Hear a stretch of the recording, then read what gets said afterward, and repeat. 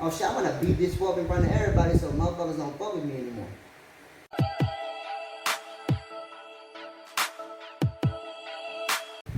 What up, loved ones? What it do? Spotty Young right here. You know where I'm from.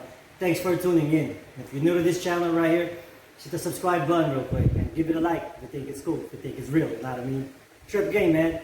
I'm over here all the way to motherfucking Pampanga, kicking it with big bro, jumper from the hood, Varrio Westside Jefrox, man. This is my kababata right here. That means childhood friend, homie. And we go way back, man. So I'm over here kicking it with him, about to chop it up. I got some questions ready, so stay tuned. Let's go all the way back from the beginning, man. We were just fucking a bunch of kids. I was like 12 years old, 13 years old. How old were you? I'm a couple years older than you. I was like 14. You was real young. You were like 12. Yeah. Got to chill and shit and kick it. Cause I remember when I was like in middle school, they were already at fucking high school, like senior and shit, Yeah. man. For real. And his best homie was Buko. We called him the Twin Towers because they were both tall. And you know what I mean? I was just a little kid, little tackle out, trying to kick it with him and shit, man. But so anyways, let's talk about, because people are asking why we chose, how we got in Jefrox, you know? Yeah. How it happened. Well, like you from said, your story. like you said, we used to kick it. We used to be this little crew and shit, you know. Just minding our own business, doing our thing, you know, just chilling. You know, we used to get in trouble too and shit, get in a lot of trouble, fighting wise. Just minor shit though, you know. Then got introduced with some of the homies in LA and shit. Met the homies from the Jefrox. We loved their style, like you know. We wouldn't get in the hood if we didn't like their style. Yeah, man. We had the same get down, same fucking environment, same everything, you know. Just basically the homie courted us and shit, and we got in the hood. Basically, we're from the 818, San Fernando Valley. And we got some homies from LA side that pulled up in the 818. And they fucking gave us this good ass speech. They showed us again guns. Yeah. Shout out to you know who you are. For real. That's the homie right there, That's the homie, man. the founder of Spoiled Brats. That's our clique, that's our generation. Yeah. During that time. That's right? the bro, man. Yeah. We're gonna leave you unidentified, man, at your request, man. But you feel me? You Shout out feel to you, man. You know who you are. Yeah. So the homeboys came in there to show us a gang of guns. I was a little kid. I was like 13, 14. Of course, my mindset was like, damn, man, this is the shit. You know what I mean? And then, how were you feeling during that time? Well, me, on my experience on how I felt and how I felt at the time is, the homies just basically like, you know, when you go to America at the age, like me and you, we were born here in the Philippines, you know. This is where we was born at, you know, and we didn't come in there as a baby, you know, we came in there knowing stuff about Philippines already. Culture, language, everything. So when you go to another country and then trying to adopt today what they got going on, basically you're gonna need some type of sense of belonging. And I found that from the homies from Jefrox and shit. You know, like we said, one of the homies we were just mentioning about, he showed us love, he showed us, you know, how it's supposed to be as a, you know, found some camaraderie and, you know, felt some type of family sense through them. That's why I got in. You know, without that, I wouldn't even get in that way, you know, but first thing is first, before the guns and all the good stuff that came with it, I felt some type of family sense first. And I felt like, all right, this is the type of cats I could kick it with for a long time, and I see myself hanging out with them, so I got jumped in. You know, I know you felt the same way. Same exact shit he's talking about. That's how I felt. Yeah. Some sense of belonging, homies, camaraderie, all that shit, man. And of course, we have different groups that would like fuck with us, Yeah. jump us, whatever and shit. But you know, we came back down because we been knowing, man. We were too much, man. We were too much. We were too much. We were already too much without the gun. They give us a gun and It's over with. it was man. over with, Yeah. man. No. Because I mean, if we go way back, his background, like his folks, Yeah. did you used to get beat up, disciplined before? I mean, I think 99% The Filipino. of the Filipino household get beat up by their parents, man. Yeah. Especially individuals like us, man. We're too much too, man. You So know? that's probably why. And Yeah. being used to violence at the house starts at the house. It was a cool thing to do, man. Yeah. During high school, you fight somebody, you beat him up, you win, shit, you're cool right away. So it's like, and then joining a gang, giving us guns, we're shooting people. As it even came to a point where if we can't find no enemy at that day, because every day we would bang, like almost every day. We can't find an enemy, we will go to somebody else, completely innocent, completely not. It ain't got nothing to do with us. Nothing to do with us. It's out of boredom. Out of boredom, we would go go to another hood, look for somebody hanging out in there and just talk shit and just shoot. You know what, bro? It gave us, me personally, it gave me a sense of power. Yeah. Showing up people's character when they point a gun, they run, they beg for their life. How do you feel about that? I mean, you said it best. You know, there's nothing else. In so many words, you explain what guns make to people. There's a lot of people that's really, I mean, we both came from the same world and shit, you know. You got out of the same world, but I witnessed this firsthand, and I'm pretty sure you did too. There's a lot of people that's riding with a gun. They got a gun, so they felt like they're the strongest person alive and shit, you know. They got, and one click of the fucking trigger, you could take a life. Yeah. You could take a life. But then when you hit prison, you don't have a gun anymore.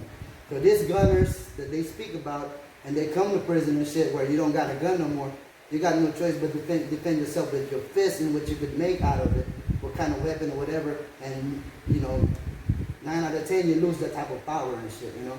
Yeah. That's how I felt about that. Yeah, me too. I was fucking dead, bro. So, to those who don't know, my homeboy Jumper got sentenced to 17, and he ended up doing the whole fucking thing, max out. You know what I mean? Maxing out means you over there fucking getting in trouble, getting 115s, not snitching to the police to get your 115 drop.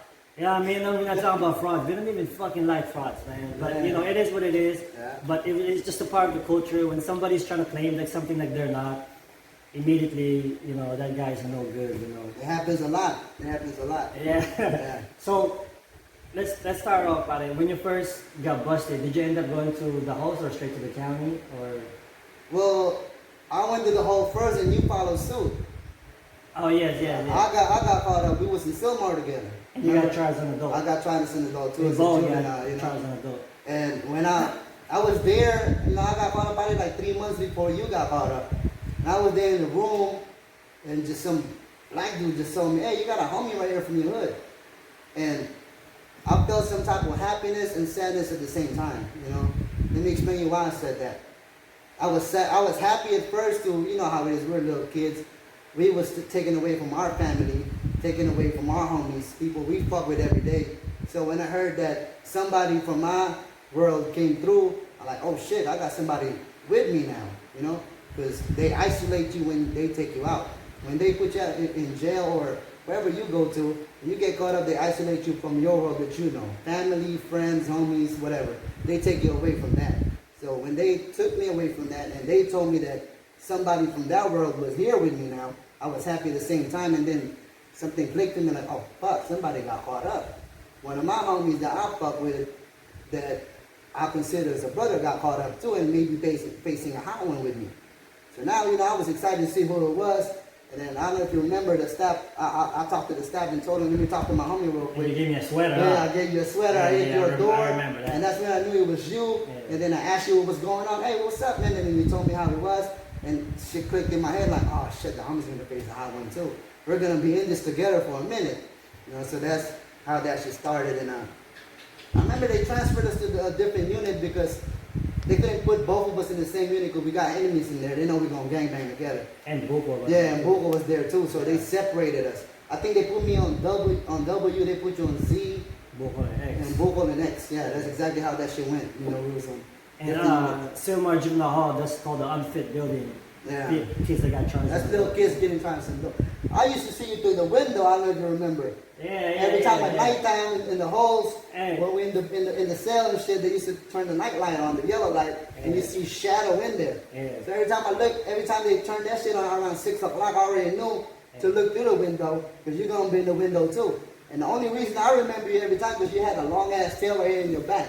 Remember that long ass duck tail? Yeah. Every time I see that shit, I know, oh, that's the homie. So we used to bang in there. he started throwing up the JFX. Yeah. And I noticed, what the fuck? Man, I think that's Jumper, man. Yeah. Hey, this is me too. Yeah. JFX. That's how you knew it was me. But Yeah. me, because you know, I had a shaved head. Everybody had a shaved head at the time. You wouldn't know who it was because you only see through the shadow. But I could know it was you from the beginning because of your tail. By the way, another tip: if you're going to jail and you got a motherfucking tail or whatever, your hair's long, cut that shit off. For real, man. If your enemy getting mixed, your enemy getting fucked up, you're gonna use that. They're gonna against grab you. that They're motherfucker. gonna grab your hair. If you got a long hair, you don't even stand a chance, man. Yeah. You know, That's true. You're gonna get beat up quick. Shit, because before we even got busted during that time, this was around 2003, I believe. Yeah. 2003. The homie was already in and out the pen, man. I mean the pen, Juvenile halls, yeah. 'cause, you know what I mean. So every time he comes out, he got all the stories out here with smashing all the enemies and all the little kids. A lot of us in the streets were like, oh, I want to go there too. I wanna fight my enemies too, but. It's a whole different fucking world, man. That's funny how stupid we were on. Yeah. I remember when I used to come out and shit, and you know, we gather around, you know, shit, the homies out. We gather around and I'll tell you guys stories and shit. And all you guys were like, man, I want to try that shit too. But when you get there, it's fun and all, but then you realize, like, fuck, man, this shit ain't fun. You know what? It's not even the same, man, because, like I said, the false sense of bravery when I was a little kid. Like having guns and knives makes you feel like you're fucking powerful and tough. Invincible. Yeah. And then when you get there, and in my case, look how, you know, I was skinny, I was small, man, compared to everybody else, so compared to all the fucking Americans and shit. For real. So imagine that. I ain't got no guns, I ain't got no fucking knife.